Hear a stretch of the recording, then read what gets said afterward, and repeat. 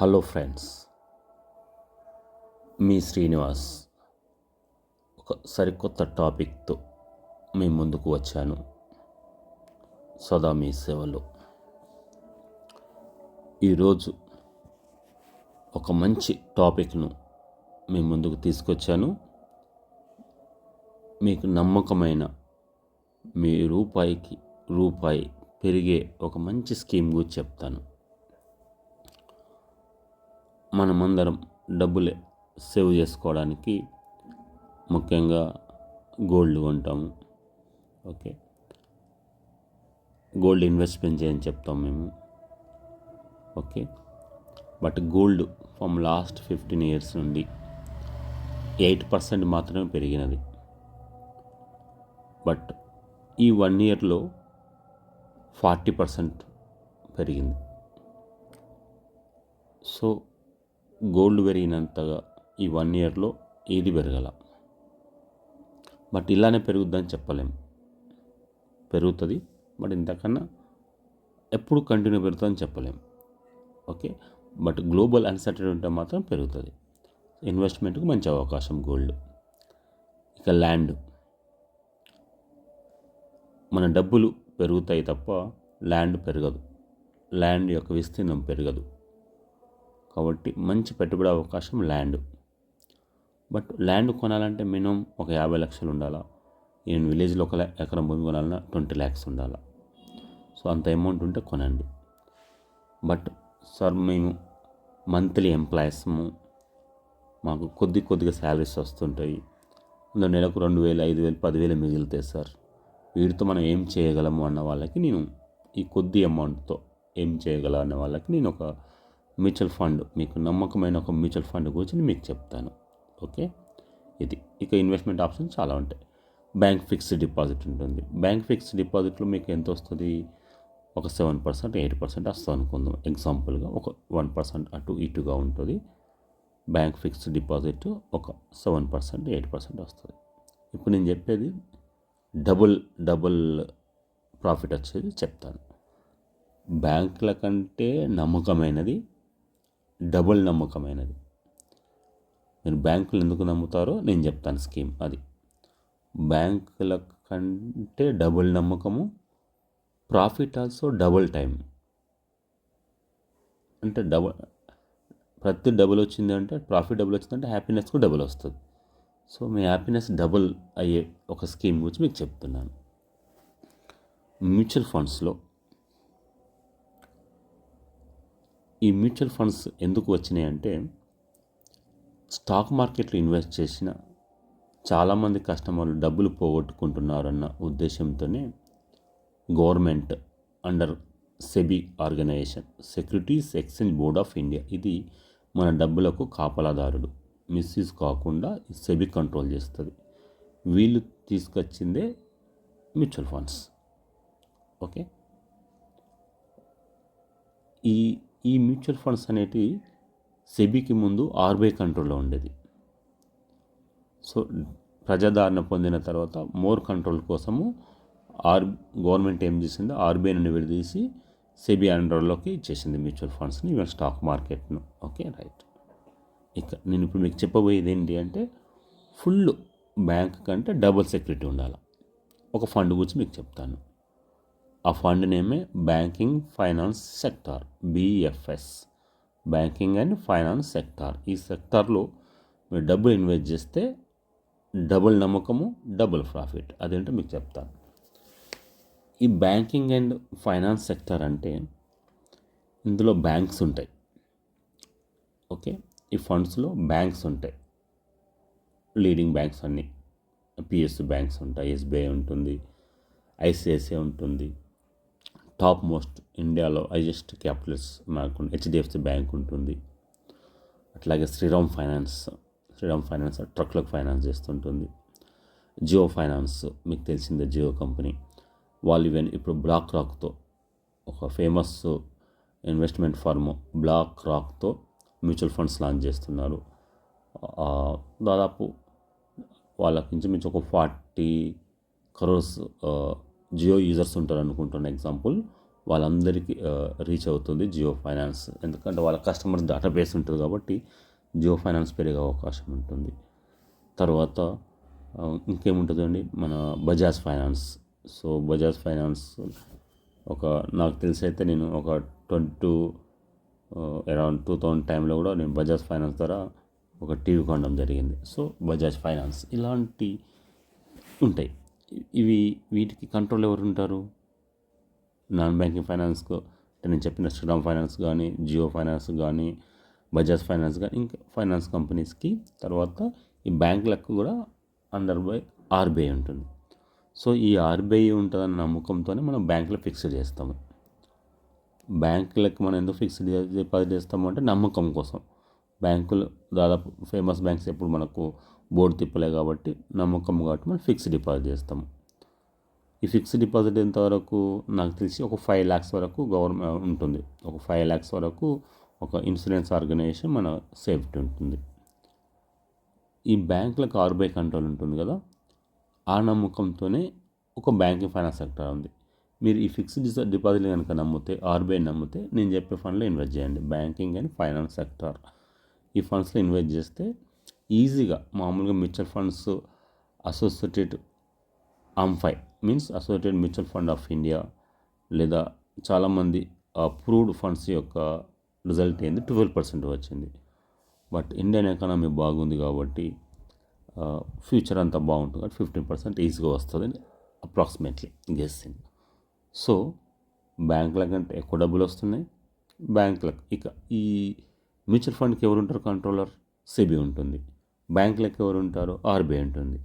So double security ఉంటుంది, మీరు double layer security అన్నట్టు. అంటే ఒకరు కాకపోతే ఇంకొకరు. మ్యూచువల్ ఫండ్ అందరూ కూడా సెబీ కంట్రోల్ చేస్తుంది మ్యూచువల్ ఫండ్స్ని. సో ఈ BFS banking finance sector fund అనేది చాలా ఫండ్ హౌస్ రన్ చేస్తున్నాయి. సో అందులో మీరు ఇన్వెస్ట్ చేయండి. మీకు ఏమైనా ఇన్వెస్ట్మెంట్కి సంబంధించిన ఇన్ఫర్మేషన్ కావాలంటే నాకు కాల్ చేయండి. I will guide you. I am the certified mutual fund distributor. Okay, right. ఇంకా మనం ఇన్వెస్ట్మెంట్ చేయకపోవడానికి కారణం ఏంటంటే చాలామంది భయపడి, సార్ నా డబ్బులకు సేఫ్ అయినా. ఓకే, మీకు చెప్పాను కదా, రాజకీయ పరిణామాలు ఎలా ఉన్నా ప్రతి కంపెనీ, ఒక ప్రైవేట్ కంపెనీ, ప్రతి ఒక్క కంపెనీ కూడా ముందుకెళ్ళడానికి ట్రై చేస్తారు. రాజకీయాలకు సంబంధం లేకుండా ప్రతి private company. I will tell example. ఒక ఎయిర్టెల్ కంపెనీ ఉందనుకుంది ఎగ్జాంపుల్. ఎయిర్టెల్లో ప్రమోటర్ వాటా 50% ఇంచుమించుగా ఉంటుంది. జస్ట్ ఎగ్జాంపుల్ కోసం చెప్తున్నాను. ఒక కంపెనీ, ఒక ప్రైవేట్ కంపెనీ 50% వాటా ఉంటుంది. అంటే మనం పెట్టే ₹1 కోటి ఇన్వెస్ట్మెంట్ కోసం వాళ్ళ 1000 కోట్లు, లక్షల కోట్లు పట్టుకొని పోరు అన్నట్టు. సో వాళ్ళ డబ్బుల కోసం వాళ్ళు పనిచేస్తారు ప్రమోటరు. ఓకేనా? సో ఆటోమేటిక్గా మన డబ్బులు పెరుగుతాయి. సో ఇంత నాలెడ్జ్ లేకపోయినా మ్యూచువల్ ఫండ్లో ఏముంటుంది? ఫండ్ మేనేజర్ ఉంటాడు. సో మనకు ఈ స్టాక్ మార్కెట్ గురించి అవగాహన లేనప్పుడు మనం మ్యూచువల్ ఫండ్లో ఇన్వెస్ట్ చేస్తాం. మ్యూచువల్ ఫండ్లో ఎవరు ఉంటారు? Fund manager. ఫండ్ మేనేజర్ ఏం చేస్తాడు యాక్చువల్గా? ఇతను ఒక 10 years ఫైనాన్స్ సంబంధించి చదువుకొని ఉంటాడు. ఇంకొక 10 years మినిమం ఎక్స్పీరియన్స్ ఉంటుంది. సో ఇంత ఎక్స్పర్ట్ చేతుల్లో మన డబ్బులు ఉంటాయి అన్నట్టు. సో వాళ్ళు ఏ కంపెనీ ఇన్వెస్ట్ చేయాలో ఆలోచిస్తారు. బేసిక్గా వీళ్ళు ఏ కంపెనీ ఇన్వెస్ట్ చేసినా, ఏ ప్రమోటర్ దాదాపు 100 కంపెనీలో 1 కంపెనీ, 2 కంపెనీలు, ఈవెన్ 10 కంపెనీలు అయినా 90% ఆఫ్ ద కంపెనీస్ ప్రాఫిట్ ఇచ్చేస్తాయి. సో ప్రతి కంపెనీ కూడా ముందుకెళ్ళడానికి ట్రై చేస్తాయి. ఎగ్జాంపుల్ మీకు ఎయిర్టెల్ చెప్పే కదా, ఎయిర్టెల్ మూతపడే అవకాశం ఉంటుందా? మనం మొబైల్ లేకుండా బతకగలుగుతామా? ఆలోచించండి. సో ఇట్లా కాబట్టి ప్రతి కంపెనీకి ఒక అవసరం ఉంటుంది. ప్రతి కంపెనీ ఒక ప్రజా క్షేత్రంలో వాళ్ళు ఏదో ఒకటి అమ్ముతూనే ఉంటారు, ఏదో ఒక సర్వీస్ చేస్తూనే ఉంటారు. L&T ఉందనుకోండి, మెట్రో ట్రైన్ ఉంటుంది ఎగ్జాంపుల్. మెట్రో ట్రైన్ లేకుండా మనం బతకలేం కదా. ఓకే, ఇంకా వాళ్ళు డిఫెన్స్ సెక్టార్లో ఉన్నారు. L&T చాలా పెద్ద కంపెనీ. ఇన్ఫోసిస్ ఉందనుకుందాం, సాఫ్ట్వేర్ కంపెనీ. ప్రతి చిన్న కంపెనీ టు టాప్ కంపెనీ అన్నీ కూడా ప్రజా శ్రేయస్ కోరుకుంటూ వాళ్ళకు రూపాయి సంపాదించుకుంటూ మీద ఉంటుంది. ప్రజా శ్రేయస్ అంటే మాకు గుర్తొచ్చింది. మీరు టాటాలో ఇన్వెస్ట్ చేశారనుకుంది ఎగ్జాంపుల్. టాటాలో వాళ్ళు ₹1 సంపాదిస్తే 70% ప్రజా శ్రేయస్ కోసం ఉపయోగిస్తారు. ఒక ట్రస్ట్ ఉంటుంది వాటికి. మిగతా 30% వాళ్ళ యొక్క కంపెనీ ఆపరేట్ కోసం వాళ్ళ అవసరాల కోసం డబ్బులు తీసుకుంటారు. సో ఇంత మంచిది ఉంటుంది. సో కంపెనీస్ అన్ని పనిచేస్తాయి, వాళ్ళ లాభం మన కోసం కాకపోయినా ప్రమోటర్ వాటా 50% వాటా కోసం వాళ్ళు పనిచేస్తారు. ఇక ఈ వీటికి సెబీ కంట్రోల్ ఉంటుంది, ఆర్బీఐ కంట్రోల్ ఉంటుంది, నేను చెప్పిన ఫండ్కు బ్యాంకింగ్ ఫైనాన్స్ ఉంటుంది. ఇక దేశం ముందుకు వెళ్తుందా? ఓకేనా.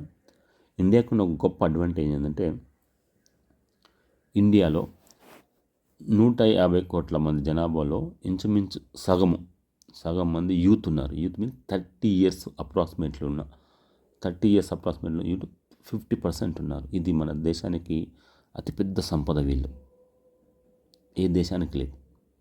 ఇదొకటి. తర్వాత సార్ మేము ఇన్వెస్ట్మెంట్ చేయడానికి ఏదైనా భయమా? పాకిస్తాన్తో యుద్ధం వస్తుందా, లేకుంటే చైనాతో యుద్ధం వస్తుందా, లేదా అమెరికాతో యుద్ధం వస్తుందా? ఇలాంటి భయాలు ఏం పెట్టుకోకండి. జపాన్ మీద ఒక ఆటం బాంబ్ జరిగింది కదా, అయినా జపాన్ ముందుకు వచ్చి బాగా డెవలప్ అయింది కదా. సో ప్రతి దేశానికి అప్ అండ్ డౌన్ ఇలాంటి సర్కమ్స్టాన్సెస్ ఉంటాయి, ఇలాంటి ప్రాబ్లమ్స్ ఉంటాయి. సో ఆటం బాంబ్ జరిగిన దేశం కూడా ముందుకెళ్ళినప్పుడు మనం ఎందుకు ముందుకెళ్ళాం? సో అటు యుద్ధాల సమస్య లేదు. ఇక ఆర్థికపరమైన అంటారా, ఈ 50 ఇయర్స్లో ఇండియన్ ఎకానమీ కానీ స్టాక్ ఎక్స్చేంజ్ కానీ ఎన్నో అప్ అండ్ డౌన్ చూసింది. అశ్వమేధ స్కామ్ చూసింది. ఆ రోజు 60%, ఆ టైంలో 70% మార్కెట్ పడిపోయింది, 65% మార్కెట్ పడిపోయింది. తర్వాత మళ్ళీ డబుల్ పెరిగింది. తర్వాత 2008 అంటే యుఎస్ల సమ్లో హౌస్ సబ్ప్రైమ్ సమ్ మీద 2008లో ఒక సంక్షోభం జరిగింది. ఆ రోజు మీకు గుర్తుంటే ఆ రోజు అందరూ ఐసిఐసిఐ బ్యాంకుల ముందు, ఏటీఎంల ముందు అర్ధరాత్రి డబ్బులు డ్రా చేసుకున్నారు. ఆ టైంలో మార్కెట్ పడిపోయింది, మళ్ళీ పెరిగింది. Corona time example, corona time market పడిపోయింది. అప్పుడు ఇన్వెస్ట్ చేసిన అందరికీ కూడా ఇప్పుడు ఒక 10 రెట్ల డబ్బులు వచ్చినాయి. ఈవెన్ మీరు కరోనా టైంలో మనం అందరం పడుకున్నాం, బట్ కంపెనీలు పనిచేసినాయి. కంపెనీ పనిచేస్తే మనం కూడా పనిచేసినట్టు కింద లెక్క అనుకోండి. జియో కంపెనీ అయితే, మన రిలయన్స్ కంపెనీ అయితే మీరు వార్తలు విని ఉంటే చూడండి, కరోనా టైంలో రిలయన్స్ కంపెనీ ఫేస్బుక్తో టైప్ పెట్టుకుంది, అట్లాగే ఇంకో కంపెనీతో టైప్ పెట్టుకుంది. అంటే ఇవి నిరంతర ప్రక్రియ. అంటే ఇవి ఎందుకు పనిచేస్తాయంటే వాళ్ళ టార్గెట్. ప్రైవేట్ కంపెనీస్ ఎప్పుడు కూడా నేను ఈ ప్రొడక్ట్ తయారు చేయాలా, ఏ దేశానికి ఎక్స్పోర్ట్ చేయాలా, నంబర్ 1 ఉండాలని నిరంతరము పనిచేస్తూనే ఉంటాయి. అంటే రీసెర్చ్ చేస్తుంటాయి. రీసెర్చ్ అండ్ డెవలప్మెంట్కి ఒక వింగ్ ఉంటుంది. పెద్ద పెద్ద సైంటిస్టులు రిక్రూట్ చేసుకుంటారు. కొత్త పేటెంట్స్ కనుగొంటారు, పేటెంట్స్ రైట్స్ తీసుకుంటారు, లేదా పేటెంట్స్ రైట్స్ కొంటారు. మార్కెటింగ్ కోసం ఐఐఎం పెద్ద ఇండియన్ ఇన్స్టిట్యూట్ ఆఫ్ మేనేజ్మెంట్ అలాంటి ఫేమస్ కాల్ చదువుకున్న మార్కెటింగ్ పర్సన్స్ ఉంటారు. సో ఇంత మంచి టాప్ క్వాలిఫైడ్ కంపెనీలో వీఆర్ ద పార్ట్నర్. మీరు మ్యూచువల్ ఫండ్ ఇన్వెస్ట్ చేస్తున్నారంటే అలా టప్ప కాదు, ఇలాంటి టాప్ మోస్ట్ ఎథిక్స్ ఉండి ఒక ముందు దూరదృష్టి ఉన్న కంపెనీలో మీరు ఇన్వెస్ట్ చేస్తారు. సో మీ డబ్బులు అవుతాయి. ఇలా చెప్పుకుంటూ పోతే ఎన్నో పాజిటివ్ థింగ్స్ ఉంటాయి బ్రదర్స్. ఇంకొకటి చెప్తాను, మీకు అందరికి సెల్ ఫోన్స్ ఉన్నాయి. గూగుల్ కానీ, తర్వాత మీకు ఏఐని అడగండి, జస్ట్ ఐఎంఎఫ్ యొక్క అభిప్రాయం ఏంది అమెరికా గురించి కానీ చైనా గురించి ఒకేసారి అడగండి. What is opinion of just simple America, China, India అని అడగండి. మీ చెవులకు పట్టిన తుప్పంతా పోతుంది. అమెరికా అప్పులున్నాయని చెప్తుంది, పెద్ద గ్రోత్ లేదని చెప్తుంది. ఒకప్పుడు డెవలప్ అయింది, ఇప్పుడు కాదు, ఇప్పుడు తక్కువ. దాని యొక్క మన స్పీడ్ ఆర్థిక అభివృద్ధి కుంటుపడిపోయింది. అత్యధిక అప్పులున్న దేశం. చైనా ఉంది, మధ్యస్థంగా ఉంటుందని చెప్తుంది. ఐఎంఎఫ్ ఏం చెప్తుందంటే చైనా అభివృద్ధి మధ్యస్థంగా. బట్ మన ఇండియా గురించి ఐఎంఎఫ్ ఎంతో బాగా చెప్తుంది. మీరు ఒకసారి వినండి. అసలు జెమినీ ఏఐని కానీ ఏ యాప్ని అడగండి, ఎంత బాగా చెప్తుందో. మన జీడిపి చాలా స్పీడ్గా పెరుగుతుంది. అంటే నాట్ ఓన్లీ ఐఎంఎఫ్, హెచ్ఎస్బిసి కానీ, ఫిచ్ కానీ, మూడీస్ కానీ, all the international survey companies అన్నీ కూడా ఇండియన్ ఎకానమీ గురించి పాజిటివ్గా ఉన్నారు. ఇక చెప్పండి, అంటే ఎకనామిక్ సర్వీస్ బాగా చెప్తున్నాయి. తర్వాత ఎంత కష్టకాలం వచ్చినా ముందుకెళ్తాము. ఇన్ని పాజిటివ్ ధోరణి ఉన్నప్పుడు మీరు ఇన్వెస్ట్ చేయడానికి భయం ఎందుకు? సో ఈ వీడియోలో మీరు ఏమైనా కామెంట్స్ నాకు పెట్టండి, మాకు అర్థమవుతుంది. అంటే ఇన్వెస్ట్మెంట్ చేయకపోవడానికి కారణం ఏంటి? అంటే ప్రభుత్వాల మీద నమ్మకం లేకనా, కంపెనీ మీద నమ్మకం లేకనా, సెబీ మీద నమ్మకం లేకనా, ఇట్లా, లేదా మీ దగ్గర డబ్బు లేకనా? ఈ కామెంట్స్ మీరు చేస్తే నాకు కానీ ఈ వీడియోని చాలామంది మేధావులు కూడా చూస్తారు, వాళ్ళకు మీకు సరైన దారి చూపిస్తారని నేను కోరుకుంటున్నా. ఇది బాస్. మ్యూచువల్ ఫండ్స్ ఒకప్పుడు సబ్జెక్టు మార్కెట్ రిస్క్ అనేవాళ్ళు, బట్ ఇప్పుడు మ్యూచువల్ ఫండ్స్ అంటేనే సహి అంటారు. బికాస్ మన జీవిత మనుగడ ఆగినప్పుడే మ్యూచువల్ ఫండ్ ఆగుతాయి.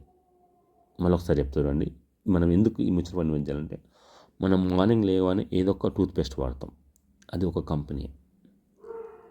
తర్వాత బాతింగ్ కోసం ఏదో ఒక సోపు వాడతాం, టీ కోసం ఏదో ఒక టీ పౌడర్ వాడతాం, ఇంటి నుండి ఆఫీస్ రావడానికి ఏదో ఒక వెహికల్ వాడతాం, 2 వీలర్, అదొక కంపెనీ, అందులో పోసే పెట్రోల్ ఒక కంపెనీ.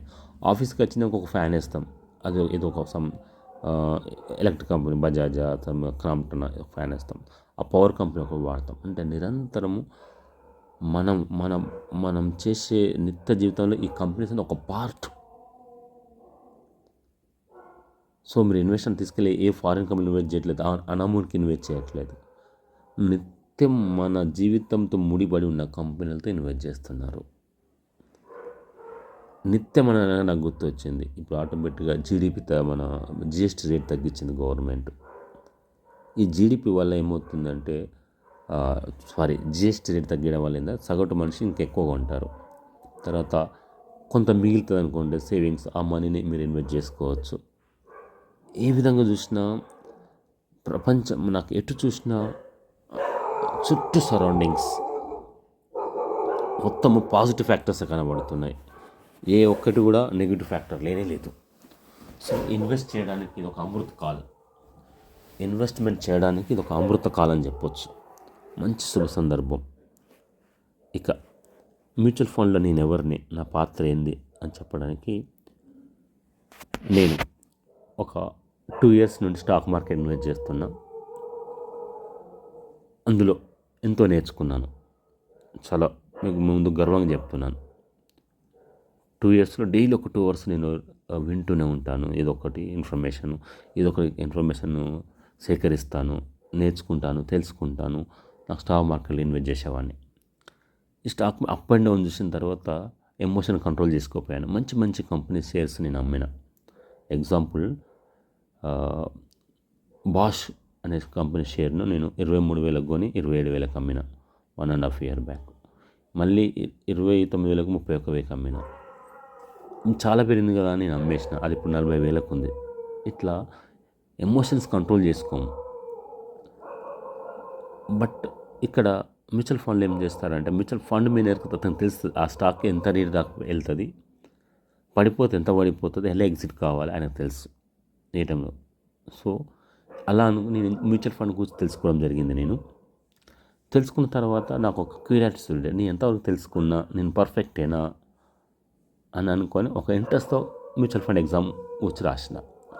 ఎగ్జామ్ రాయగానే నాకు కోడ్ వచ్చింది. ఆ కోడ్ రాగానే మ్యూచువల్ ఫండ్స్ వాళ్ళు నాకు కాల్ చేశారు, సార్ మీరు ఎగ్జామ్ పాస్ అయ్యారు కదా, మాతో అసోసియేట్ కండి అంటే. నేను ఎన్జే వెల్త్ అని ఒక నేషనల్ మ్యూచువల్ ఫండ్ డిస్ట్రిబ్యూటర్తో నేను టైఅప్ అయినా. నేను working for NJ mutual fund. So వీళ్ళు ఏం చేస్తారంటే, ఇండియాలో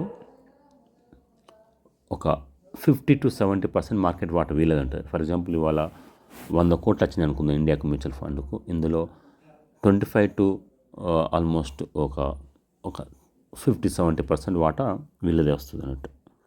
నాకు ఇక్కడ ట్రైన్ చేస్తారు. సో నేను మీ ముందుకు నేను ఇలా మాట్లాడుతున్నానంటే వాళ్ళు ట్రైన్ చేయడం వల్లనే. సో సరైన ఇన్ఫర్మేషన్ ఉంటేనే మీకు చెప్తాను. ఇది జస్ట్ ఈ వీడియో చేయడం ఎందుకు అంటే, ఒక సరైన అవగాహన కల్పించడం కోసమే. మీరు ఇన్వెస్ట్ చేస్తే ఏ మ్యూచువల్ ఫండ్ డిస్ట్రిబ్యూటర్కైనా 0.5 లేదా 1% వస్తుంది. బట్ మీరు ఇన్వెస్ట్ చేస్తే 500 పాయింట్స్, మీకు 500 times డబ్బులు వస్తాయి. మ్యూచువల్ ఫండ్ ఏజెంట్కి ఎంత వస్తుంది?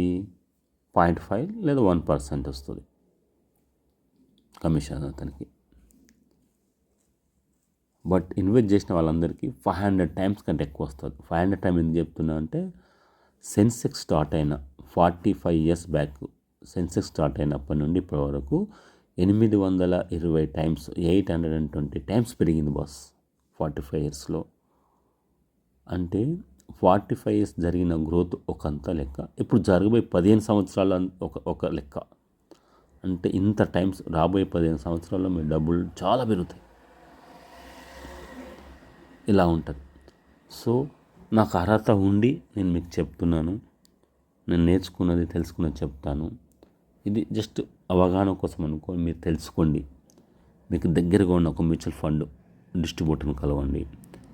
మీకు నమ్మకం ఉన్న ఒక ఫ్రెండ్ ద్వారా మ్యూచువల్ ఫండ్ లేదు అంటే మీకు దగ్గరగా ఉన్న ఐసిఐసిఐ మ్యూచువల్ ఫండ్ ఉంటుంది, హెచ్డిఎఫ్సి మ్యూచువల్ ఫండ్ ఉంటుంది, చాలా టాప్ మోస్ట్ మ్యూచువల్ ఫండ్స్ ఉంటాయి. అక్కడికి వెళ్ళేసి ఈ ఫండ్ గురించి తెలుసుకోండి, ఇంకే ఫండ్ గురించి తెలుసుకొని ఇన్వెస్ట్ చేయండి. మా ఉద్దేశం ఏంటి అంటే ప్రతి ఒక్కరు ఇన్వెస్ట్ చేయడమే ఇంపార్టెంట్. ఎందుకు ఇన్వెస్ట్మెంట్ చేయాలంటే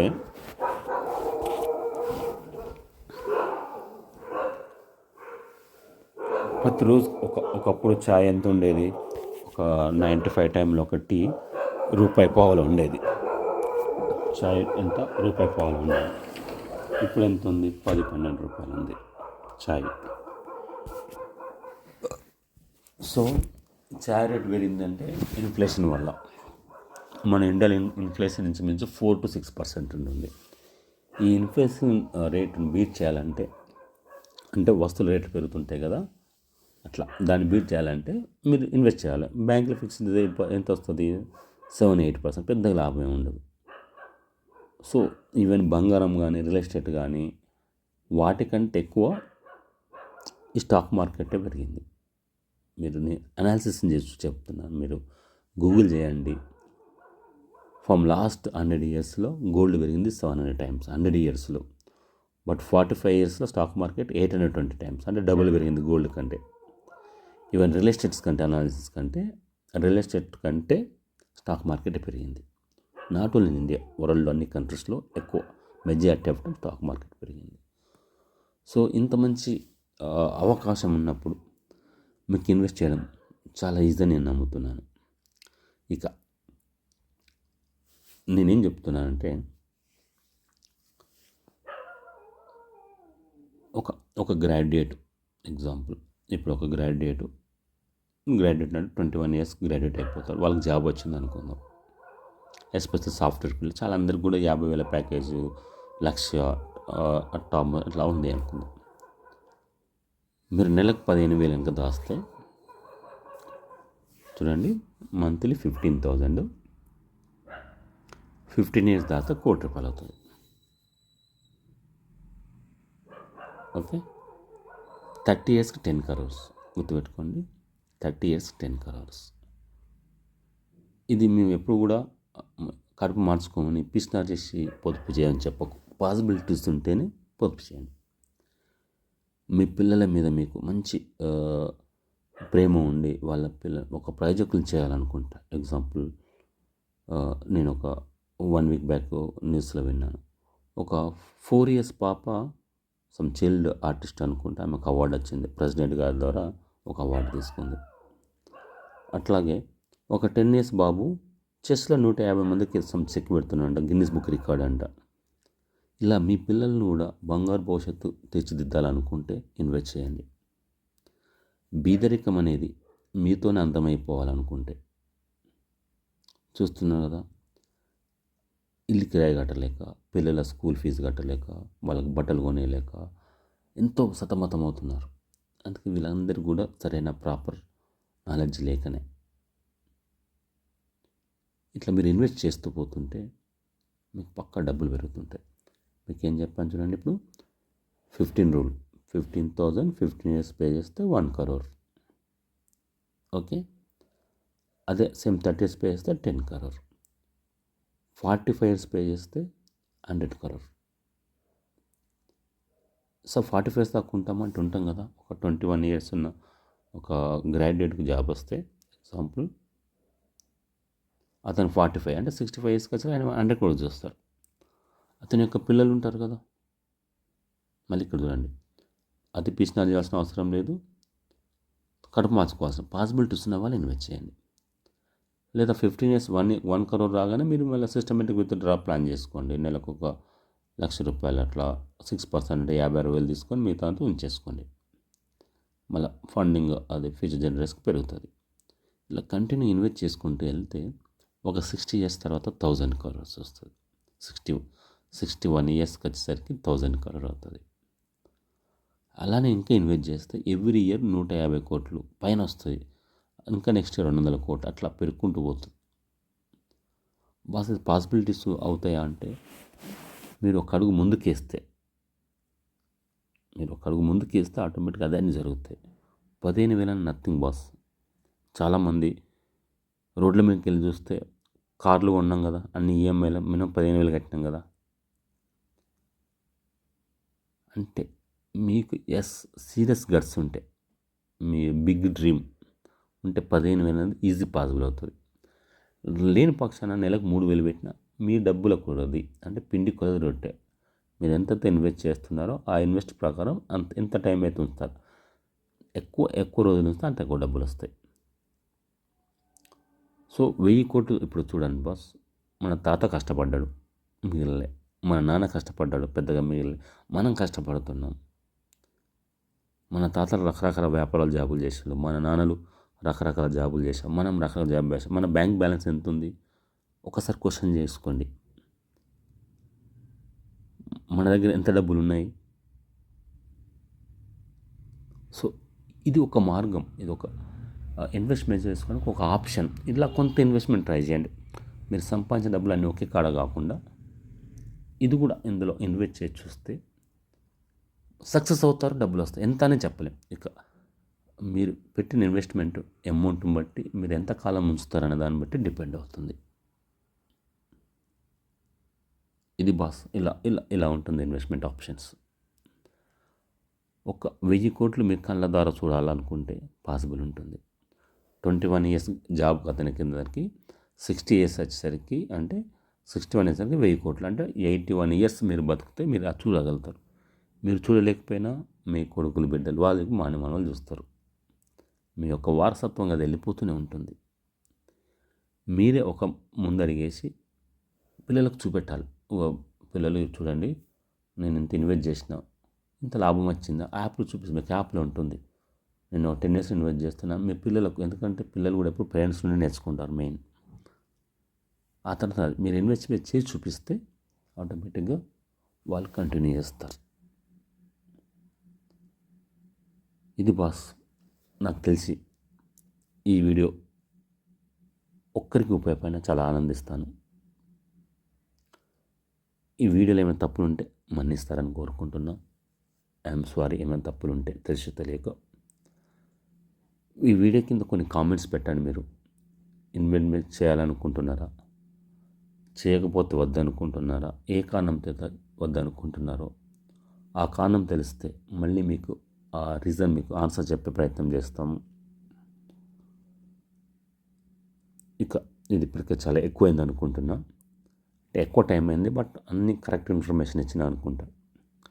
ఇక నా గొంతు అనేది ఎస్పి బాలసుబ్రహ్మణ్యం లాగా తీయగా ఉండదు, బట్ పనికొచ్చే ఇన్ఫర్మేషన్ ఇచ్చిన అన్న ఒక ప్రౌడ్తో నేను ముగిస్తున్నాను. జై హింద్.